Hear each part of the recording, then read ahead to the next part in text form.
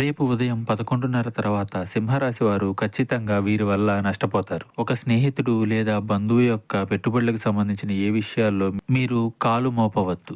ఏ నూతన నిర్ణయాలకు వారి మాటలతో మీరు ఆస్కారం ఇవ్వవద్దు. ముఖ్యంగా మనీకి సంబంధించిన వ్యాపారాలలో, లోన్స్ విషయాల్లో మీరు సంబంధం కలగజేసుకోవద్దు. ప్రత్యక్షంగా పని దొరికే అవకాశం కనిపిస్తుంది. ఆ అవకాశాలని మీరు ఎవరికీ చెప్పవద్దు. తక్కువ సమయంలో ఎక్కువ రాబడి కలగజేస్తుందంటూ మోసపూరిత ప్రకటనలకు తావివ్వద్దు. ఆ వార్తల్ని మీ దాకా తీసుకువచ్చే స్నేహితులు, బంధువులు, కుటుంబ సభ్యులతో జాగ్రత్తగా ఉండండి. ఒక మాట అనటానికి కూడా వెనకాడవద్దు. అంటే దురుసుగా కాదండి, సాత్వికంగా మాట్లాడుతూ వారిని వదిలించుకునే ప్రయత్నాలు చేయండి. ఒంటరి నిర్ణయాలు మేలుకరం.